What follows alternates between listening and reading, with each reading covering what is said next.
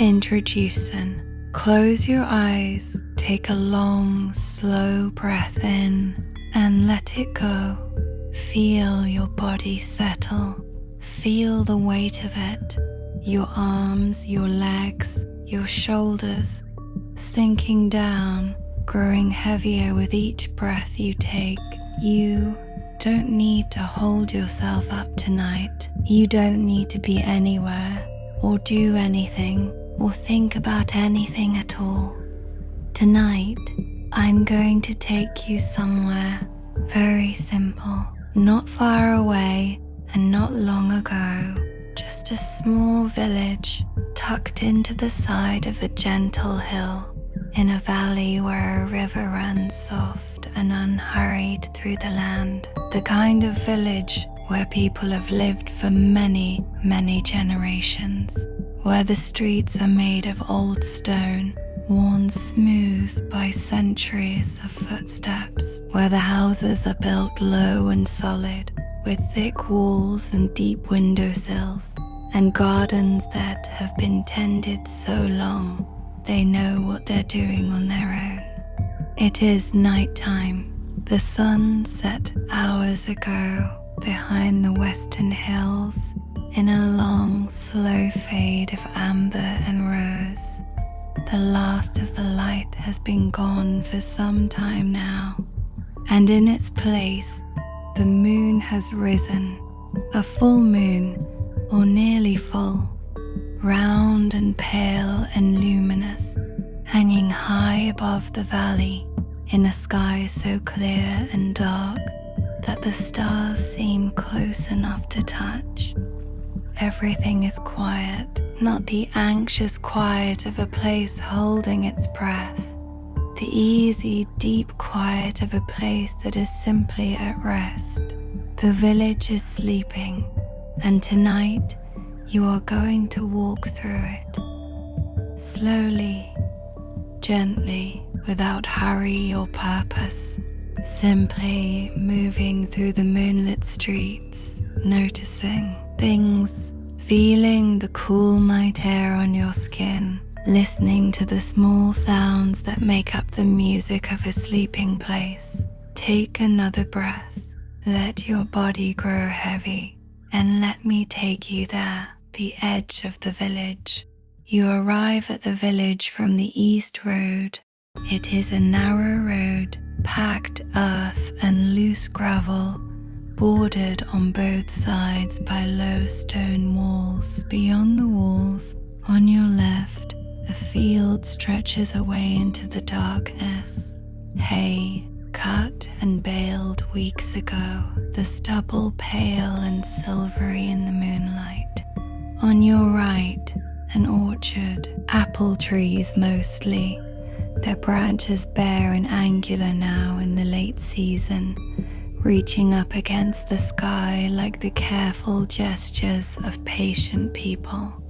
Your footsteps are soft on the path. The gravel shifts slightly under your feet, each step a small sound, a quiet crunch, barely there, and then silence again.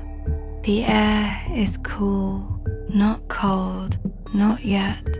Autumn has arrived but is still being gentle about it.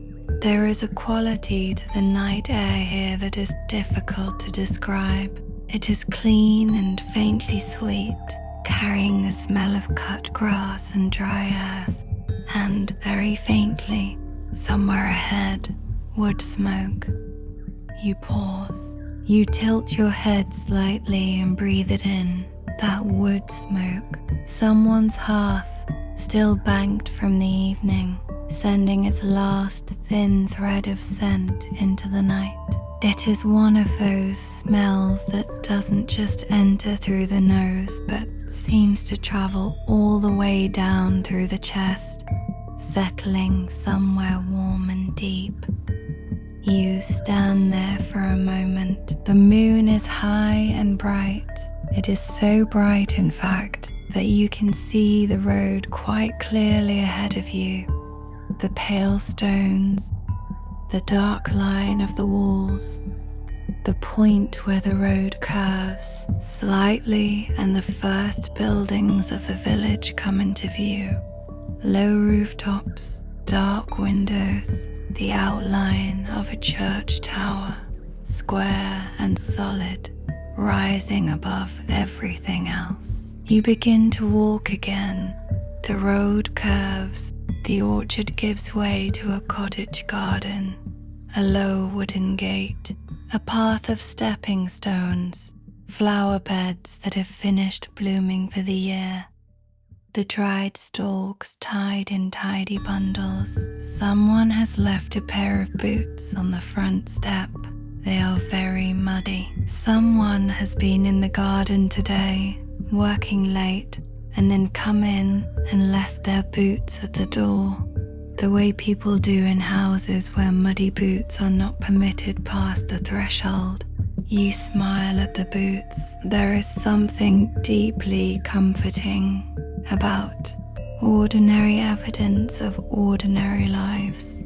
Someone came in from the garden this afternoon, took off their muddy boots, and went inside to wash their hands and eat their supper and sit by the fire and go to bed. And now the boots are waiting, patient as boots always are, for morning. You move on. The road widens slightly as you enter the village proper. The stone walls become stone buildings, houses set close together, the facades smooth and pale in the moonlight. Most of the windows are dark. One, on the upper floor of a tall, narrow house, shows a faint amber light behind the curtain. A candle, perhaps, or the last of a lamp left burning low. But it is the only one. The village sleeps. The main street. The main street runs through the center of the village like a spine. It is not a grand street. It is perhaps 4 meters wide, paved with old cobblestones that have been worn to a beautiful evenness by generations of cartwheels and boot heels and the slow, patient work of rain. The cobblestones are slightly rounded on top, the color of pewter in the moonlight, and in the gaps between them, moss has grown. A dark, soft moss that makes the street a little quieter to walk on, that fills in the cracks and gives the whole surface a slightly textured, ancient look. You walk slowly down this street. On either side, the buildings stand close, shops mostly, at street level, their shutters closed and latched for the night, their signs hanging still in the quiet air. A baker, a small general goods store, its window display dimly visible behind the glass. A bolt of fabric in dusty blue, some tins arranged in a careful pyramid, a handwritten card whose words you cannot quite read in the dark. A cobbler's, its window full of shoes on, stands, the shoes looking oddly alive in the moonlight, as if they might at any moment decide to go somewhere. You stop in front of the bakery. Even through the closed shutters there is something, not a smell exactly. It is too early for the morning bake to have begun, but there is a warmth, a residual warmth from the day's work, radiating faintly from the thick stone walls. You press one hand flat against the wall. It is warm, stone that has held the heat of ovens all day, still letting it go slowly into the night air. Degree by degree, you stand there for a moment with your hand on the warm stone. Above you, the sign for the bakery creaks softly. Just once, a small movement in a breath of air, a tiny sound in the great quiet, and then still again. You move on. The street bends gently to the left, and as you follow it, you come to the center of the village, a small square open to the sky with a stone fountain at its heart. The fountain is not running at this time of year. The village shuts it off in autumn to keep the pipes from freezing, but the basin is still full of water, dark and still. And in the surface of the water, you can see the moon reflected, a slightly wavering, slightly smaller moon floating on the dark water like something that has fallen from the sky. You stand at the edge of the fountain and look down at it. The reflected moon shimmers almost imperceptibly. The water is very still, but not perfectly still. And every few seconds a tiny ripple crosses the surface, and the moon stretches and bends, and then slowly settles back into itself. Around the square, the buildings are larger than the ones on the main street. The inn, a broad 2-story building with a sign hanging above the door, a painted moon and a painted key. The inn's name in old lettering that you can just make out. The moon and key. The shutters are closed and latched, but you can see, if you look carefully, a crack of light beneath the front door. The innkeeper, perhaps, still awake, or simply a light left burning for the last traveller to find their way in. There is a bench beside the fountain, and you sit down on it for a moment. The stone of the bench is cool through your clothing. You settle your weight onto it and look around the square. The buildings surrounding it make a kind of enclosure, not tight or crowded, but enclosing in the way that cupped hands enclose something you want to keep safe. The sky above is a deep, clear navy. The stars thick in it, the moon dominant. It is very quiet. Somewhere not far away, a dog is sleeping. You can hear, very faintly, the sound of it breathing. That deep, rhythmic sound that dogs make when they are completely comfortable, completely at rest. A dog that has had a good day and knows it. You sit with the sound of the sleeping dog and the reflected moon and the faint warmth still radiating from the bakery walls. You breathe in and out. The inn. You rise from the bench and drift toward the inn. Not to go inside, the door is closed and the hour is late, but you walk slowly around its perimeter, along the side passage where the cobblestones give way to flatter stones, and there is a smell of hay and horses from the small stable at the back. The stable is a low building, attached to the inn by a covered passageway. Its wide door is slightly ajar, and from within comes warmth and the sweet smell of hay and the particular gentle smell of horses at rest. You push the door open a little further and look in. 3 horses stand in their stalls. 2 are sleeping. You can tell by the angle of their heads, which hang low and slightly to one side, and by the deep, slow rhythm of their breathing. The 3rd is awake or half awake, its large dark eye turned toward you with a calm curiosity that is not alarm, just awareness. You stand in the doorway. The horse watches you. It is a dark bay, deep brown, almost black in this light, with a white star on its forehead. Its breathing is steady and slow, its ears turned forward but relaxed. After a moment, it loses interest in you and turns its head away toward the hay in its manger and begins to eat with the quiet, methodical pulling and chewing of a horse that is content. You listen to the sound of it eating. Pull, chew, pull, chew. A sound like slow rain or like distant water, rhythmic and gentle. The two sleeping horses breathe around it, their exhalations slow and deep. The hay rustles. A hoof shifts slightly on the straw-covered floor with a small, hollow sound.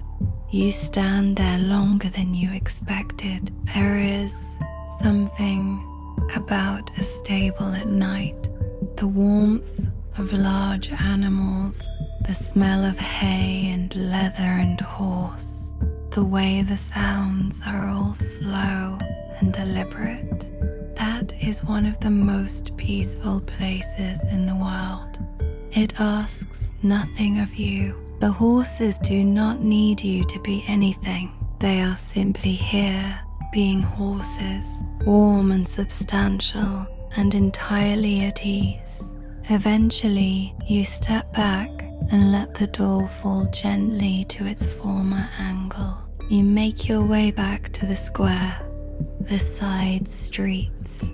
From the square, several smaller streets branch off in different directions. You choose on at random a narrow lane running roughly northward between rows of houses that stand so close together their upper floors nearly touch overhead, leaving a long corridor of dark sky above you, the stars visible in a narrow strip. The lane is barely wide enough for two people to pass comfortably. The houses on either side present their blank faces to you. Old stone, old mortar, old wood shutters painted in colours you cannot quite make out in the moonlight. But that would be blue or green, or the dark red that people have always loved for shutters. Come morning, flower boxes in several windows, their plants cut back for autumn. A cat on a windowsill, black and white, tucked into a perfect circle of itself, deeply asleep. You pause by the cat. Its nose is buried in its own fur. Its paws are folded neatly beneath it. Its sides rise and fall with each slow breath, each exhalation a tiny shiver of its fur, barely visible. The windowsill is narrow, but the cat occupies it with complete confidence, the way cats always occupy every space, as if they were the first to be there, and everything else is merely an afterthought. You walk on. The lane opens unexpectedly into a small garden, not a private garden, a shared one, a communal space that several houses open onto, their back doors and gates facing this central area. There is a well here, its wooden cover latched shut for the night. There is a large tree, a linden tree you think, very old, its trunk thick and furrowed, its branches spreading wide above the garden, even now that its leaves have mostly fallen. The remaining leaves catch the moonlight and hold it, each one a small pale lamp. Beneath the linden tree, there is a wooden table and two benches, worn smooth and silver with age. Someone has left a clay cup on the table, forgotten. A bit of dried flour has blown into it and sits there, preserved and small and perfect. You sit on one of the benches. The moon is a little lower now, though still high. Time passes slowly here. From somewhere on the other side of the garden wall, you can hear the faint, sleepy chuckling of chickens settling. A small wind moves through the linden tree's remaining leaves, and they shiver and turn and catch the light differently, so that for a moment the whole canopy above you seems to shimmer, silver and quiet. You tilt your head back and look up through the branches. The branches are like a map of somewhere. They divide the sky into territories. This piece of dark sky with 3 bright stars. This piece with 1 star and a wisp of cloud. This piece with nothing but dark, deep blue. The bark of the branches is pale in the moonlight, pale grey with patches of lichen that are even paler, almost white. The chickens fall quiet. The wind dies. Everything is still. You breathe the river. You find your way through the garden and out through a small gate on the far side onto a path that runs down the slope toward the river. You can hear it before you see it. A soft, continuous sound, not a rush, not a roar, just a gentle, persistent conversation of water over stones. The river in this valley is not large. It runs perhaps 3 or 4 meters wide, no more, and shallow enough in most places to wade across without getting your knees wet. But it runs all year, fed by springs high in the hills, and in autumn it is full and steady, and the sound of it carries easily in the night air. The path follows a low stone wall down the slope and then curves along the river bank. You come out onto the bank. The river lies before you, dark and silver, the moonlight falling across it in a long, wavering line. The surface is not still. It moves constantly, the current reading itself across the face of the water in patterns that shift and change and shift again, never exactly repeating. Where the water runs over stones close to the surface, it catches the light and breaks it into dozens of tiny fragments, each one glinting for a moment and then gone. You sit on the bank. The grass here is soft and slightly damp with dew. You can feel the coolness of it. The smell of the river is clean and mineral, water and stone, and a faint greenness, the smell of living things that grow in water. On the other bank, willows stand at the water's edge. Their long branches trail down into the river, barely moving in the slight current, the tips of them drawing slow, lazy patterns on the surface of the water. The willows are golden at this time of year, the very last of their summer color clinging on, and in the moonlight they glow with a soft, warm light that seems almost to come from within. You watch the willows, you watch the water. A fish rises somewhere near the middle of the river. A brief silver disturbance on the surface, a spreading ring of ripples, and then nothing. The rings expand and flatten and disappear. The surface is smooth again. Time passes. A heron stands on a flat stone near the far bank. You did not notice it at first. It is so still, so perfectly the color of moonlit stone and shadow, that it seemed to be a part of the landscape. But you see it now, the long neck folded, the sharp beak angled down toward the water, the body settled on its long legs with a patience that is ancient and absolute. The heron does not move. You do not move. The river runs between you, the mill, upstream, perhaps 300 meters from where you sit. You can make out the shape of the mill. It is a large building, the largest in the village, though it sits slightly apart from the rest. An old mill built at the point where the river runs through, a natural narrowing between two outcrops of rock, creating a drop of perhaps a meter that the mill race uses to drive the wheel. The wheel is not turning tonight. It turns in the mornings and afternoons when there is grain to grind. At night it rests, its great wooden paddles hanging still above the water, dark and geometric against the sky. You walk upstream along the bank toward it. The sound of the river changes as you approach the mill race, the water speaking more urgently here, pressing through the narrow channel with more purpose, the drop creating a soft, continuous rushing that is, louder than the gentle murmur of the river above and below.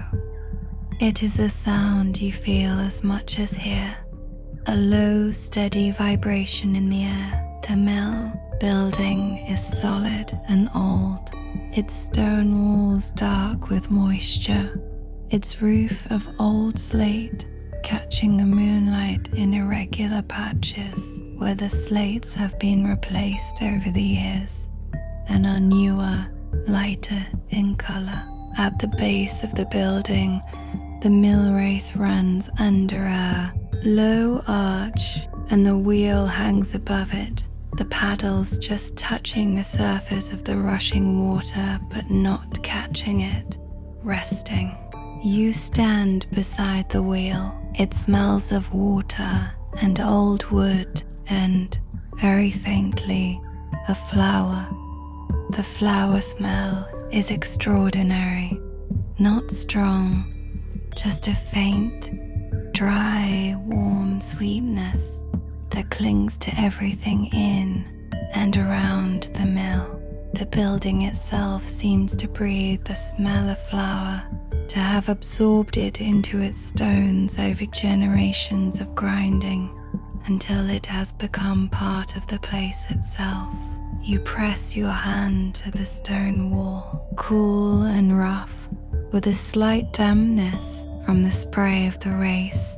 The stone is very old, not just old the way the season's leaves are old, or even the way the old linden tree is old.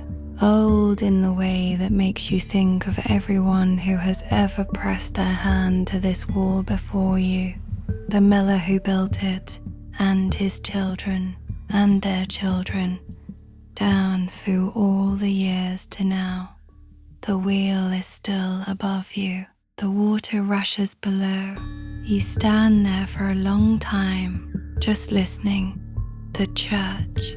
You make your way back from the mill, along the river path, and up through the garden, through the narrow lane, and back to the main square. The church stands on the far side of the square, set back slightly from the other buildings, with a low stone wall around its yard. The wall is mossy on top, the moss dark and soft. The gate in the wall is iron, old iron, black with age and use, and it opens with a quiet sound, not a creak exactly, more of a small, deliberate exhale of metal. When you push it, the churchyard is full of grass and old stones. The gravestones stand at irregular intervals, some upright and clear, some leaning, some so old the letters have worn smooth and are difficult or impossible to read. The grass between them is close cropped. The village keeps it tidy, and in the moonlight it has the quality of green that is almost blue, a deep, even color that makes the whole yard look like the surface of very still water. You walk slowly through it. There is nothing mournful about this place at night. The stones stand in the moonlight with a quietness that is not sad, just settled. These are the names and dates of people who lived here, who knew this square and this fountain and this church, who smelled this mill smell and heard this river, who pressed their hands to warm bakery walls on winter mornings. They are present here in the way that history is present in a place, not as absence, but as depth, as foundation. The church itself is small and old. Its tower is the tallest thing in the village, square and plain, with a clock face on one side that shows, in the moonlight, both hands pointing close to 2 in the morning. The clock is not moving. You watch for a moment and confirm. The hands are still. The clock, like everything else in this village, is resting. The church door is old oak, bound with iron straps, set deep in a stone arch that has been carved at its apex with a simple flower, a rose or something like it, worn but still recognizable. You sit on the step. The stone of the step is cold and smooth, and deeply worn in the center where countless feet have stepped over centuries. You can feel the shape of that worn place under you, the concavity carved by time and use, a hollow shaped exactly by the weight and movement of people. From here, you can see the whole square, the fountain, its dark water, the inn with its crack of light beneath the door, the bakery, its sign still, the cobblestone silver in the moonlight, the moss in the cracks dark, the buildings on all sides quiet and still and full of sleeping people. You sit on the church step and look at the square. The moon is moving. You can tell, watching it over several minutes, that it has shifted slightly toward the west. It is past the zenith now, beginning its long descent toward morning, but it is still high and bright, and the night has many hours left. The clock on the tower above you makes a small sound, not a chime, just a preparatory tick, a gathering of itself, and then strikes two clear low notes that travel out across the square and the sleeping streets and dissolve into the cool air. Then silence again, the houses at night. You rise from the church step and walk slowly back through the square and into the residential streets to the north of the village center. These streets are quieter, if that is possible, than the main street. No shops here, no inn, just houses set in their small plots, their gardens sleeping, their chimneys sending up the occasional faint thread of smoke from banked fires. You walk slowly, not going anywhere in particular, just moving. The houses here are a little more varied than the ones on the main street. Some older, some newer, some extended over the years with additions that don't quite match the original, but give the place character and accumulated quality, as if the house had been changing slowly with its family over generations. One house has a very old apple tree in the front garden, one of its main branches supported by a wooden prop, the kind of arrangement that speaks of long attachment. No one cut the branch because the tree is too old and too loved. In the moonlight, the tree is beautiful, its remaining leaves catching the light, a few late apples still clinging to the highest branches, dark and round. You stop and look up at the apples. They are very high up. They survived the autumn harvest because no one can reach them. Or perhaps they were simply left for the birds.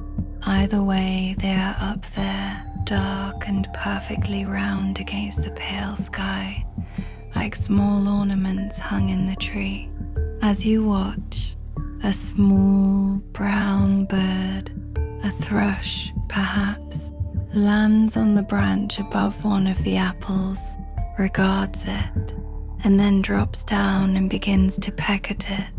The bird is so focused on its task that it does not notice you. It pecks and eats and pecks, each peck sending a tiny tremor through the apple, and you watch it eat in the moonlight for what feels like a very long time. Then a cloud passes over the moon, just a thin cloud, more like a veil than a cloud, and for a moment everything dims and softens.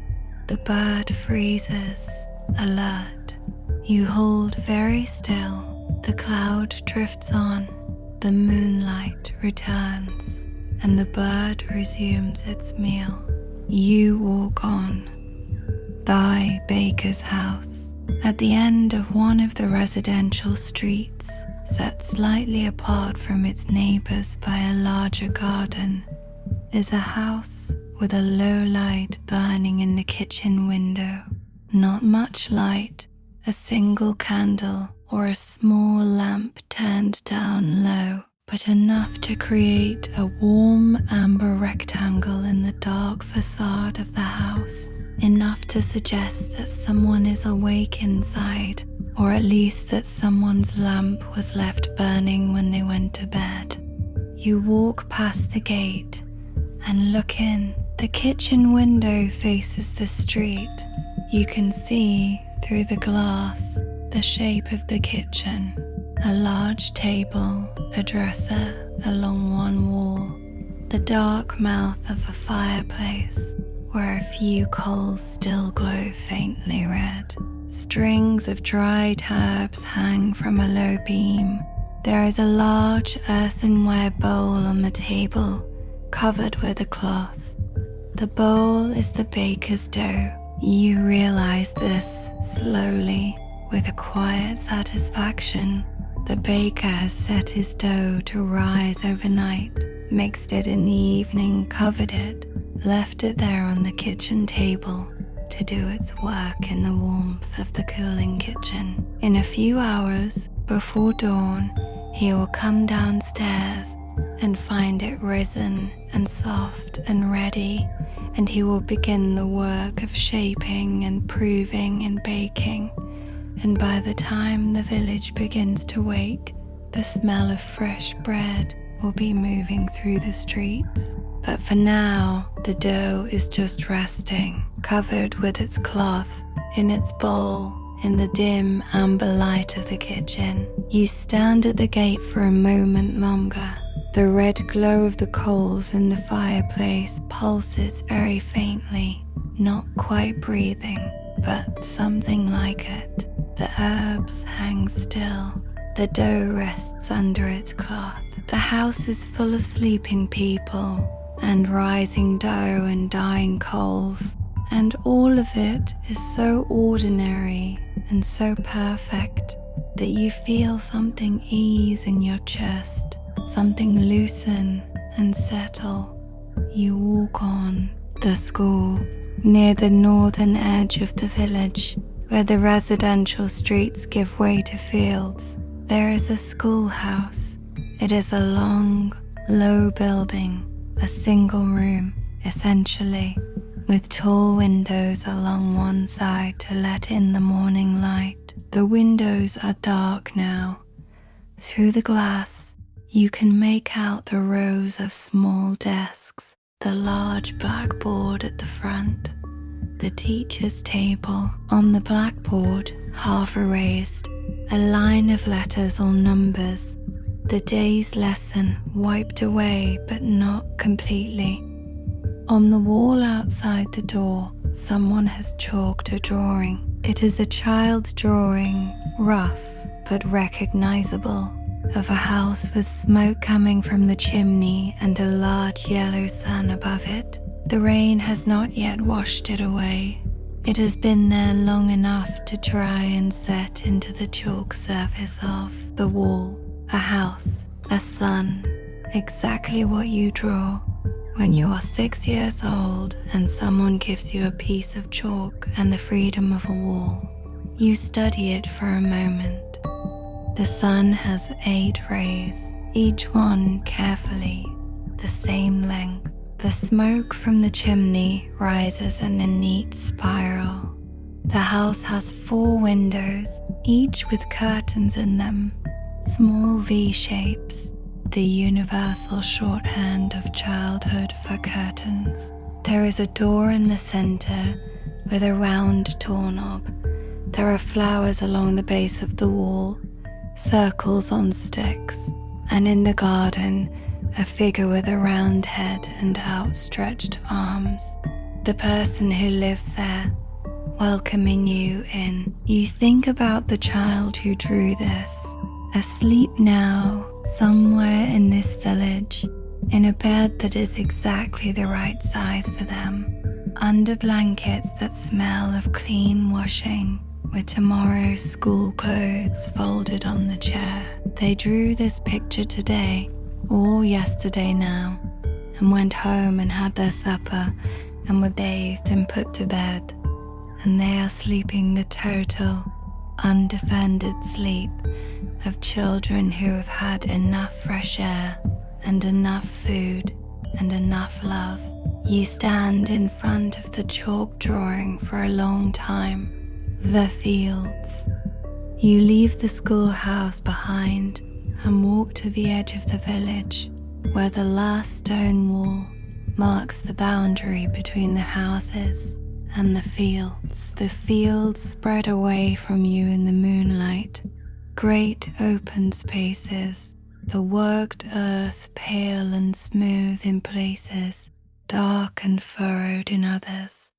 The harvest is in, the fields have been turned and rested, and now they lie quiet under the moon, doing the slow, important work of recovery that earth does in autumn and winter, gathering itself back together after the labor of the growing season. You sit on the top of the stone wall. The wall is cold under you and slightly uneven. The stones have shifted over the years, just slightly, so that no 2 sections are quite the same height. But it is solid. It is enormously solid. This wall, built of stones that were pulled from the earth of these very fields generations ago, fitted together without mortar, balanced and locked into each other by their own weight and the skill of the people who laid them. From here, you can see the whole valley. A river catches the moonlight somewhere below, and to your left, a bright thread through the dark. The village rises behind you, its rooftops visible, its church tower clear against the sky. The hills on both sides of the valley are smooth and dark, their silhouettes soft and familiar. And ahead of you, the fields, the turned earth, the open sky. The wind is very slight out here, just enough to feel on your face, just enough to carry the smell of earth and distance. You breathe it in. The sky is immense. From inside the village, the buildings and trees frame the sky and make it manageable, make it fit into pieces. But from here, sitting on the wall at the edge of the fields, the sky is everything, a great dome of dark blue, thick with stars, the moon still high and bright above the western hills. You find yourself counting stars, not because you want to count them all, just because your eyes move from one to the next, noticing them. And there is something about that quiet, purposeless attention, looking at one star, then another, that is deeply restful. You stop counting. You just look. The night deepens. The moon has moved further west. Not dramatically. You would not notice it if you watched it minute by minute. But if you look away and then look back, you can tell that it has shifted. The shadows in the village have shifted with it, the angles changing. Different faces of buildings now lit, different faces now in shadow. It is deep night now, the deepest part of the night, that stretch between midnight and dawn, when the world is most completely still, when the night creatures have finished their hunting and the dawn creatures have not yet begun theirs. The hour when the village is most fully and most peacefully asleep. You walk back through the field's edge, back along the path towards the village center. Everything you pass more slowly now.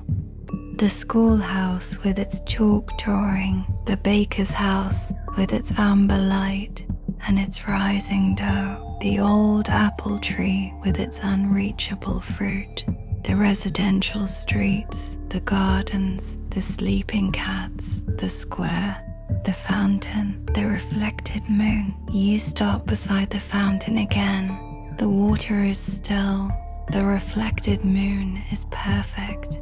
Not wavering now, the tiny currents that disturbed it earlier have quieted completely. The reflected moon is as clear as the real one, floating on the dark surface of the water in the stone basin, and for a moment you stand between them, the real moon above you and the reflected one below, and the world feels held, suspended, perfectly balanced between sky and earth. You breathe again.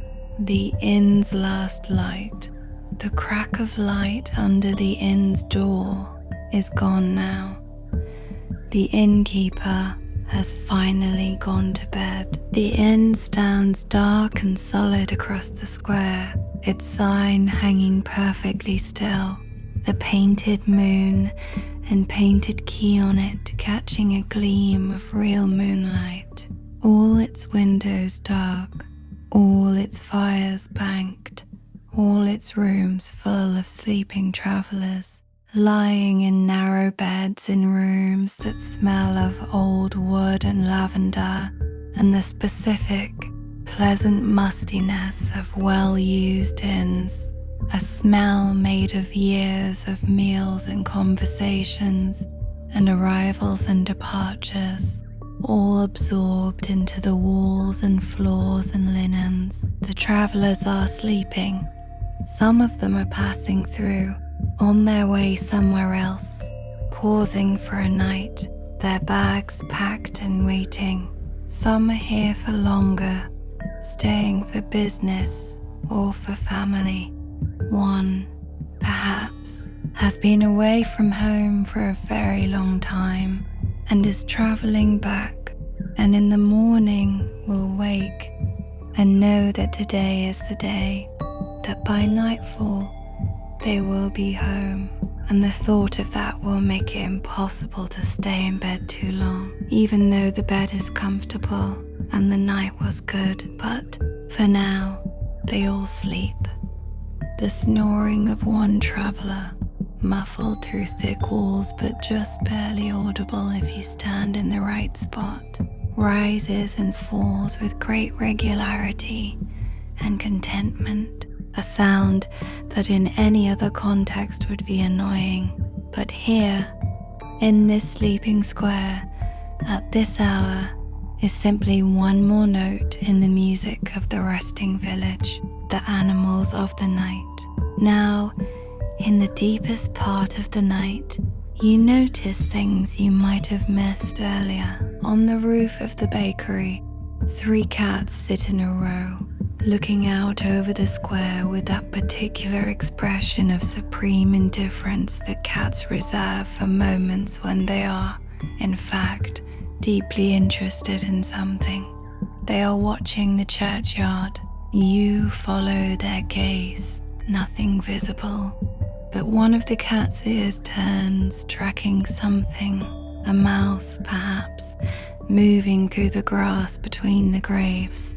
The cat does not move, it simply watches with absolute patience, tracking something invisible with its ear. A bat sweeps low over the square, so fast that by the time you register its presence, it is already gone. A brief, angular flicker at the edge of your vision, the whisper of its wings, and then nothing. Somewhere in the eaves of the inn, a family of sparrows is sleeping in a tight, warm cluster. You cannot see them, but you know they are there because every night they are there. A small, warm community of birds tucked into the gap between a beam and the old stone, waiting for dawn with the simple faith of creatures who have never known a morning that did not come. From the direction of the mill, an owl calls, one low, resonant note. It hangs in the air for a moment after the sound has stopped. You can still hear the shape of it, the echo of it, in the silence that follows. Then silence closes back over it, like water over a stone. The cats on the bakery roof turn their heads toward the sound. One of them stretches, opens its mouth in a silent yawn that shows all its teeth, and then tucks itself into a tighter sitting position and resumes watching the churchyard. The miller's cottage. On your way back toward the mill, you pass the miller's cottage. It sits beside the river, not far from the mill itself, a low building, older than it looks. Its walls thick and its roof heavy. The miller has lived here all his life, as his father did before him, and his grandfather before that. The mill and the cottage go together, are inseparable, have belonged to the same family for as long as anyone in the village can remember. The cottage garden runs down to the river's edge. In summer, the miller's wife grows vegetables here, rows of them, careful and productive. Now, in autumn, the beds have been cleared and turned. A few things remain, kale, dark and sturdy, indifferent to the cold. The bare canes of bean plants still tied to their poles. A row of late leeks, their white bases glowing in the moonlight. At the end of the garden, at the river's edge, there is a wooden bench. The miller sits here in the evenings. The village says, sits and watches the river after a day at the mill, letting the sound of the water clear the flour dust from his thoughts. The bench is low and comfortable looking, its wood grey with age and weather. You sit on it.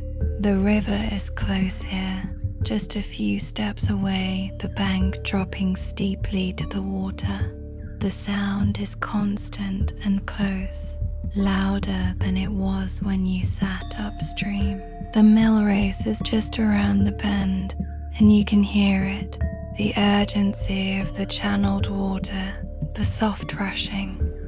The mill wheel hangs still in the moonlight. Tomorrow morning, the miller will rise before dawn and come out to start the wheel.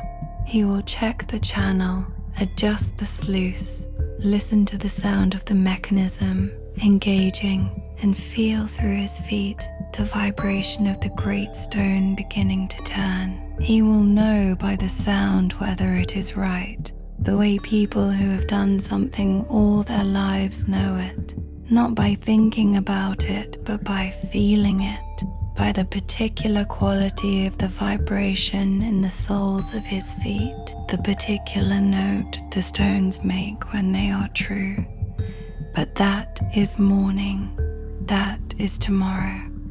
Right now the wheel is still. The miller is asleep in his cottage behind you.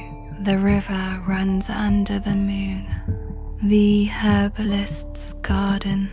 Behind the church, in a walled garden that you discover through a small gate in the churchyard wall, is the most remarkable garden in the village. It is the herbalist's garden, tended by an elderly woman who has lived in the village her entire life and who knows more about plants than most people know about anything. She inherited the garden from her own teacher, who inherited it from hers, a chain of knowledge stretching back further than anyone can trace. Even now, in late autumn, the garden is alive, not with summer's rite of growth that is long past, but with the specific beauty of a garden at rest, the skeleton of the structure which in summer is hidden by leaves and growth, now visible. The paths between the beds, carefully laid with small flat stones, the low box hedging that divides the garden into sections, still green, still fragrant when you brush against it, the frames and stakes of plants that have been cut back to their roots but will return, and something still growing, a rosemary bush in the corner, enormous and ancient, still silver green and intensely fragrant, lavender along one path, its flowers long gone, but the grey-green stems and the faint, dry, sweet smell still there. A large bay tree, its dark leaves glossy, catching the moonlight on their upper surfaces. Sage, thyme, winter savory, the tough, cold, hardy herbs that do not retreat entirely from the season. You walk slowly through the garden. The smell of it changes with every few steps. Rosemary, then something earthy, then the sharp sweetness of the bay, then the soft ghost of lavender, then the green, cool smell of the box hedging. Each smell is distinct and whole, and each one seems to do something specific, not just to your nose, but somewhere deeper, somewhere quieter. You sit on a stone bench near the rosemary bush.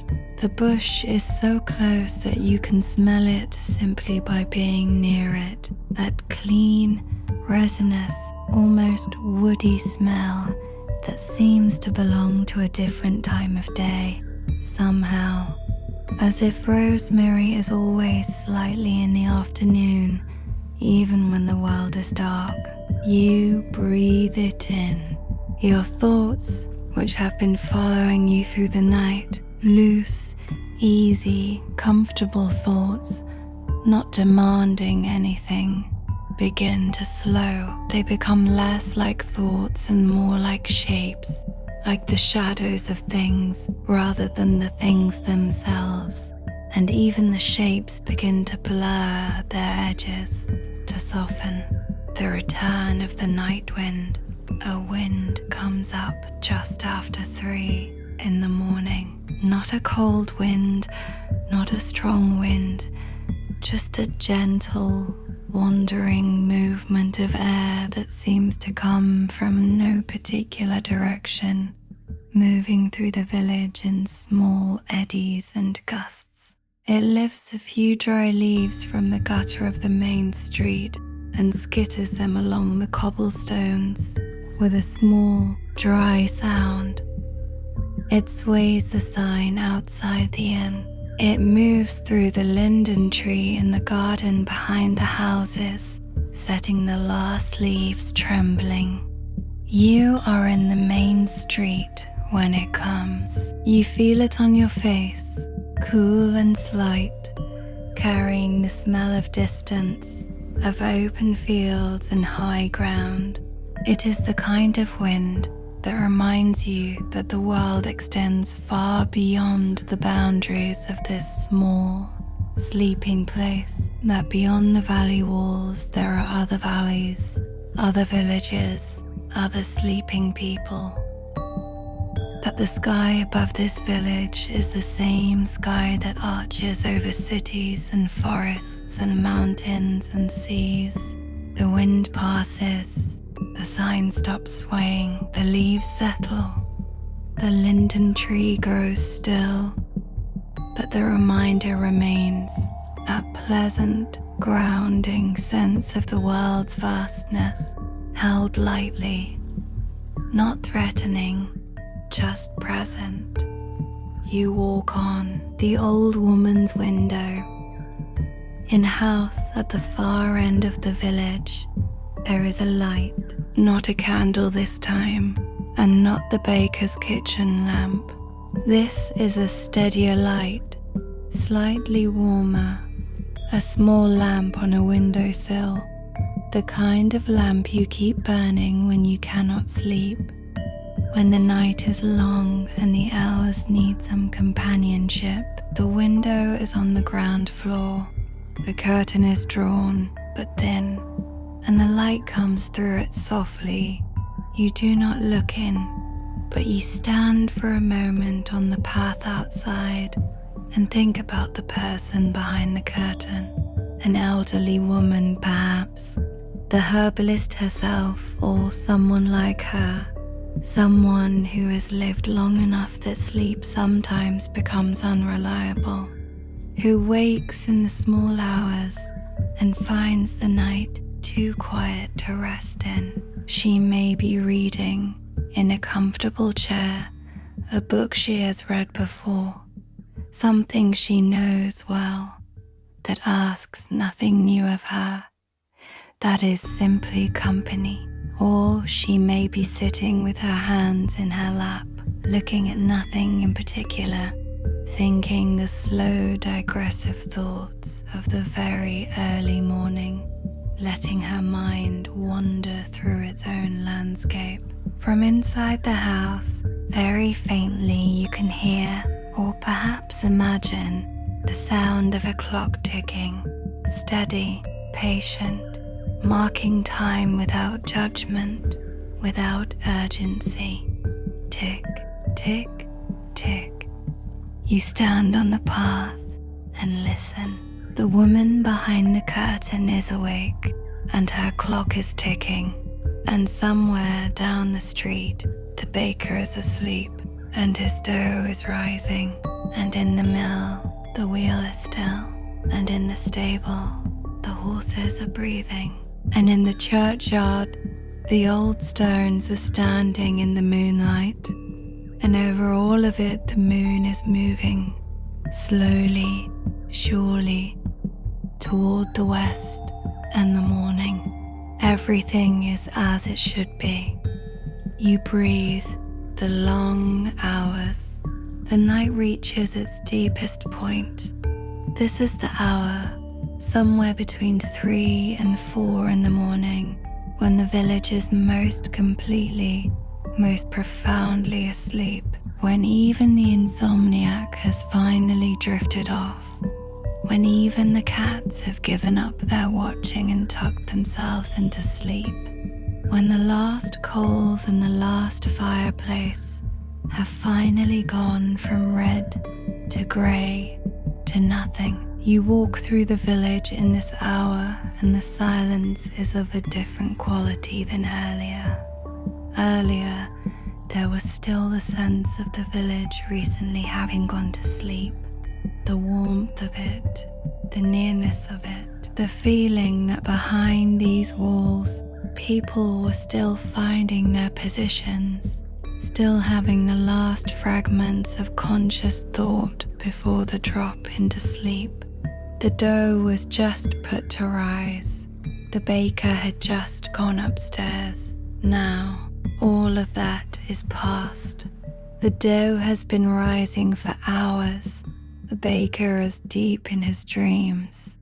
The horses in the stable have shifted and settled and are in the profound sleep of large, healthy animals. The children are dreaming their children's dreams, bright, strange, completely convincing dreams of things that will make no sense in the morning, but are absolutely real right now. The village has been asleep for a long time. It has reached a depth of sleep that is almost palpable, a heaviness in the air, a density to the silence. You walk through it slowly. Your footsteps on the cobblestones seem very loud in this quiet, even though you are walking as softly as you can. Each step a small sound, then a long silence, then another step. You are not disturbing the village. You are simply moving through its sleep, the way a current moves through deep water, present but not disruptive. The stars before dawn. You find your way back to the bench beside the fountain. The square is unchanged and entirely familiar now. You know it well, have crossed and recrossed it tonight in your wandering. The fountain, the inn, the bakery, the cobblestones, the church beyond its wall. All of it is known to you now, all of it comfortable, all of it simply there. You sit on the bench and look up. The stars have shifted significantly. The sky's slow wheel has been turning all night, the constellations moving in their patient arcs, and the sky above the square is not quite the same sky you saw when you arrived. Different stars are prominent now. The familiar ones are in different positions, but the moon is still there, lower now, noticeably lower, its light falling at a different angle across the square, the shadows longer and pointing differently than they did at midnight. The moon is heading for the western hills. It will set before dawn, sometime in the next hour or two. It will drop below the horizon, and there will be a period of true darkness, starlight only, before the first grey of dawn begins in the east. You watch the moon. It is remarkable, really, the way it moves, imperceptibly from moment to moment, clearly from hour to hour. You cannot watch it move, but if you look away and look back, it has moved. It is like growth or change of any kind, invisible in the instant, undeniable over time. The reflected moon in the fountain has also shifted. It is no longer in the center of the basin, but toward one edge, the angle of the real moon having changed the angle of the reflection. Two moons slowly moving. The square is so quiet, the sleeping village breathes. There is a moment in the deepest quiet when you become aware of the village breathing.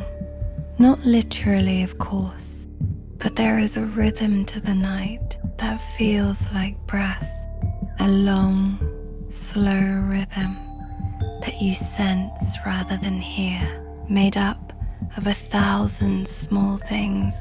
The horses breathing in the stable, the wind moving very faintly through the trees, the river running in its constant and unhurried way, the old wood of the houses contracting slightly in the night's coolness, the fire settling in the baker's grate.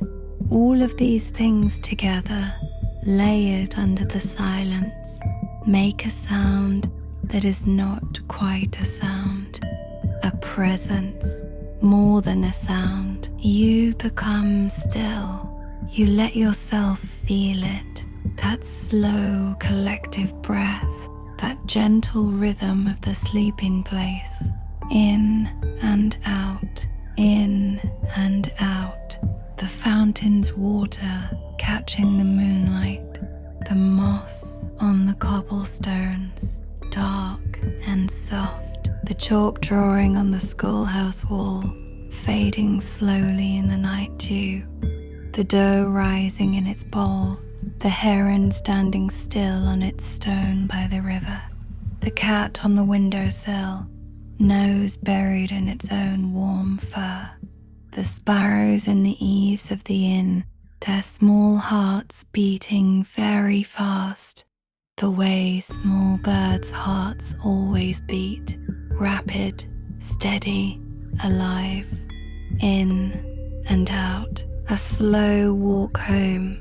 You rise from the bench.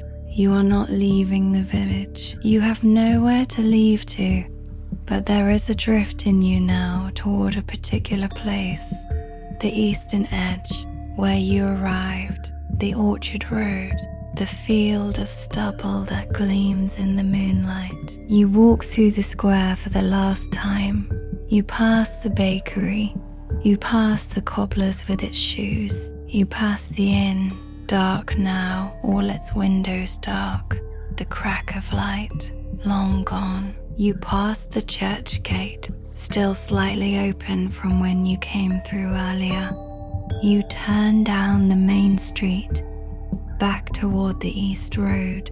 The cobblestones are familiar under your feet. You know the places where the stones are most worn, most rounded. You know the dip near the cobbler's shop where water cools after rain. You know the place where the moss is thickest, the softest patch, just before the road curves. You know this village now. It knows you, the way a place knows everyone who has moved quietly through it with attention and care. You come out onto the east road. The orchard is on your left, the field of stubble on your right. The road runs ahead of you, between its low stone walls, toward the darkness of the open countryside beyond the village. But you are not going further. You stop here, at the edge. You turn and look back. The village behind you is a cluster of shapes and shadows in the moonlight. The church tower above everything, the rooftops, the chimneys, the occasional tree, a few faint smells drifting out to you on the still air, wood smoke, hay, the faintest ghost of bread not yet baked. The moon is very close to the western hills now. Its light is still bright, but it has a quality it lacked at midnight. A fullness, almost. A richness, the way light gets when it is near the horizon, passing through more atmosphere, painting everything in a slightly warmer, slightly more golden hue. The village in this light is beautiful, the stones warm, the shadows deep, the apple trees in the orchard behind you silvered and still. You stand on the east road and look at the village. You breathe. The moon descends. The moon touches the western hills. Not abruptly. It does not simply disappear. It descends slowly, touching the dark line of the hills and then sinking behind them gradually, the way the sun does, a quarter of it below the horizon, then half, then 3/4, and then a glow along the hilltop where it has gone, and then that fading too. The village darkens, not immediately. There is the glow on the hilltop, and then there is a period of extraordinary clarity when the stars, no longer competing with the moon's brightness, seem to intensify. Stars that were invisible in the moonlight appear now, adding their small lights to the sky, thickening the Milky Way, making the darkness seem full rather than empty. You stand in the starlight. The village before you is dark shapes and silver starlight. The church tower, the rooftops, the darker smudge of the linden tree in its garden, the river somewhere out of sight, still audible, a constant, soft, unceasing sound. The air has changed. Without the moon, the temperature drops very slightly, 1 or 2 degrees, enough to feel on the skin of your face. A fine dew has been settling for some time, and now it intensifies slightly. The grass along the road's edges growing damp and cold, the stone walls darkening with moisture. The night is at its most itself now, not moonlit, not yet lit by dawn, just starlit and cool and very, very still. The foredawn. In the east, so faint that you might be imagining it, there is the suggestion of a lightening, not a color yet, just a barely perceptible difference in the quality of the dark, a thinning of the black at the horizon, as if somewhere very far away below the edge of the world, something is preparing.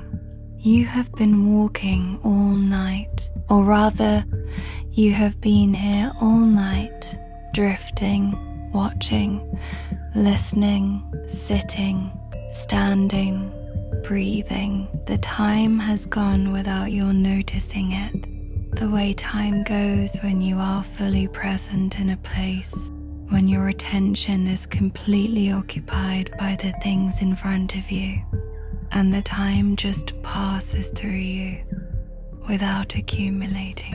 The village is still sleeping. In the baker's kitchen, the dough has been rising in its bowl for hours. The baker will be awake soon. He is a man who wakes reliably before dawn, his body's clock set by years of this same routine. He will come downstairs into the cool kitchen, lift the cloth from the bowl, and find the dough soft and airy and full of the night's slow work. He will punch it down, and the sound of that, the small, satisfying sound of air leaving the dough, will be the first sound of the morning. But not yet. The clock on the church tower shows, in the very faint beginning of the eastern light, its hands close to 5. Not yet. The first bird, before the dawn, before any color in the sky, before the baker comes downstairs, a single bird begins to sing. It is a robin. It is always a robin. The robin sings first because it has the largest eyes proportionally of any garden bird. And those eyes, in the last deep darkness before the first of the light, can see well enough to know that the darkness is thinning. It sings from the orchard behind you, from one of the apple trees, a single sustained voice in the absolute quiet. The song is extraordinary. It is one of the most beautiful sounds in the world, and it is so quiet in the absolute stillness of the pre-dawn that every note is perfectly clear. The robin sings with a kind of deliberate complexity, not the simple repetitions of some birds, but a fluid, inventive series of phrases that changes and develops, the bird exploring the full range of its voice in the darkness, singing as if the village were its private concert hall. You stand on the road and listen. The singing goes on for a long time. Other birds do not join it yet. The robin sings alone, the only voice in all the world for these minutes, the only sound apart from the river and the very faint movement of the trees. Then, after a while, silence. The robin has finished for now. The darkness is slightly thinner in the east. The dawn begins. The light comes so slowly at first that you cannot say exactly when it begins.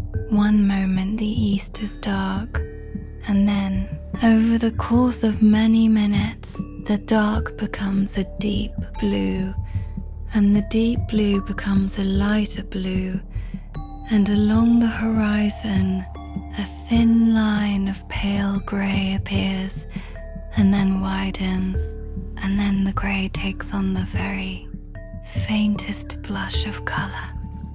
Not quite pink, not quite gold, but something between them, something new. The stars fade, not all at once, gradually, the brightest ones holding on longest, the faintest ones disappearing first, until the sky is a pale, clear blue, with only a handful of stars still visible, and then none. The village is still dark, but not the darkness of the night. This is the quieter, softer darkness of very early morning, a darkness that already feels temporary, that knows the light is coming. In the baker's kitchen, a lamp comes on, a warm light in the kitchen window. The baker is up, the dough is being looked at, the oven is being stoked. Somewhere in the residential streets, a dog barks once, recognizing the dawn, and then is quiet. The robin begins again, and this time, within a few minutes, other birds join in. A song thrush, somewhere in the direction of the church. Sparrows bursting suddenly into noise from the eaves of the inn. The high, thin voice of a wren from the garden behind the houses. The morning chorus is beginning. It starts softly, just these few voices, and will build slowly over the next half hour into something full and layered and extraordinary. But right now, in these early minutes, each voice is still distinct, still audible on its own.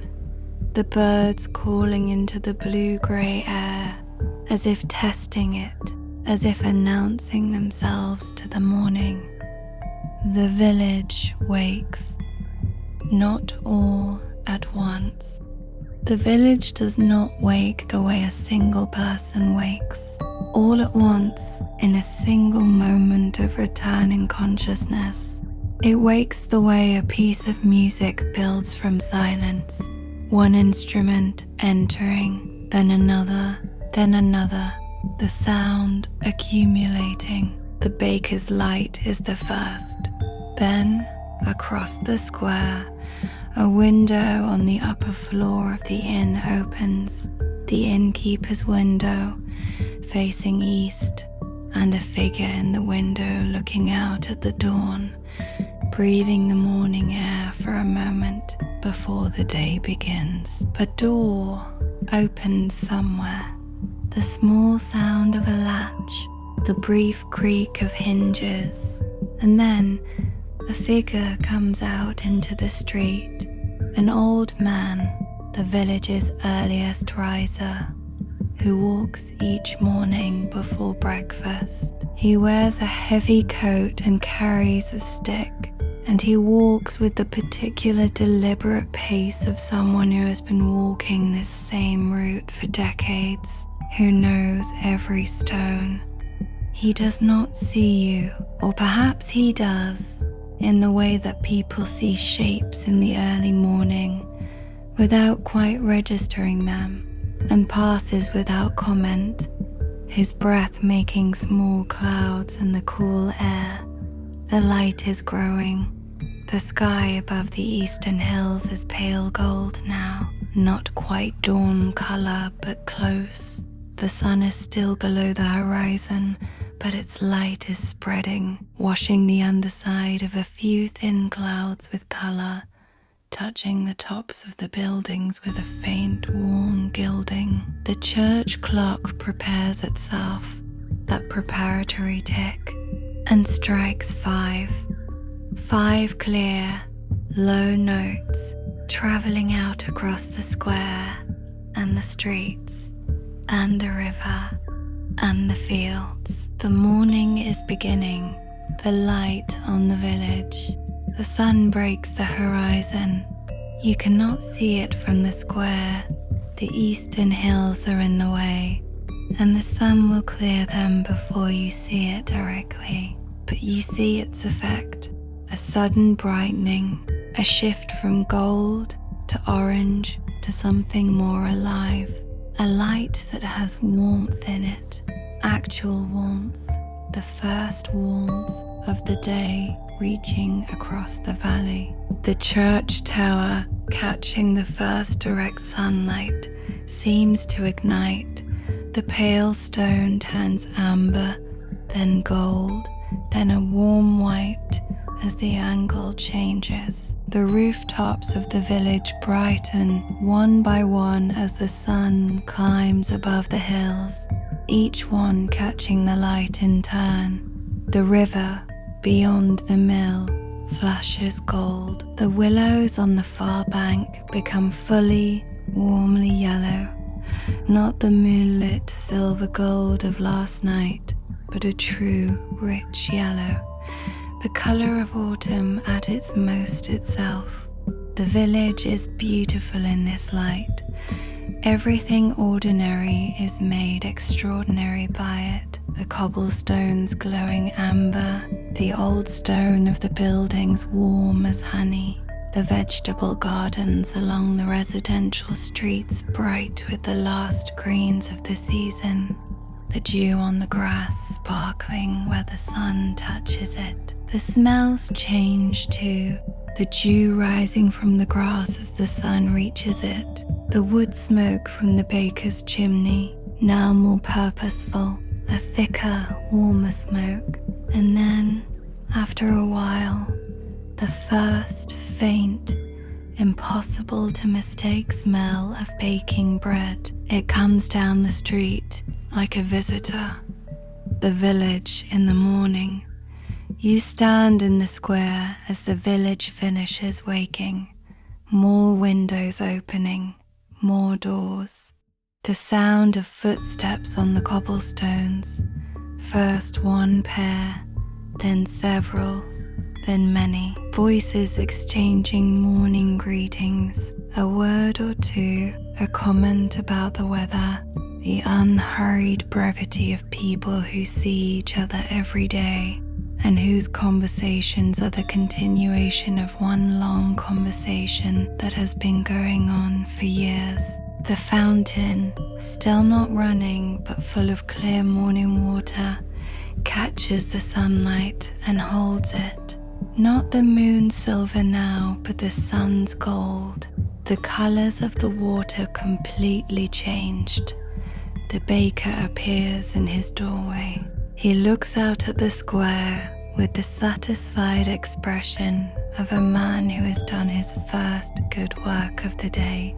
He leans against the door frame. He looks at the sky, at the color of the morning, and seems pleased with it, pleased with all of it, with the morning and the village and the smell of his own bread. He goes back inside. Soon the first customers will come. The old man returns from his walk, his color improved, his step a little lighter. The innkeeper comes down and opens the inn's front door, propping it wide with a stone, airing the place for the day. The cats descend from the bakery roof and disappear into their various territories. The birds in the eaves of the inn pour out into the morning light and scatter in all directions. The village is awake, and you have been here all night, walking its streets, sitting by its river, listening to its silence, breathing its air, watching it sleep and watching it wake. And you know it now, the way you know a place you love. Not completely, not with the deep knowledge of someone who has lived here all their life, but with something real, with the knowledge of a quiet night spent paying attention. You are still here. Take a breath. The village is bright and full of morning. The bread is baking. The river is running. The day has begun, but you don't need to move yet. You can stay here a little longer, in the square, in the morning light, the fountain catching the sun, the cobblestones warm and golden, the birds singing, the bread. Just breathe. You are safe. You are warm. The village is all around you, living its ordinary and beautiful life. And you can rest now. Let your eyes grow heavy. Let the morning light be soft and golden behind your eyelids.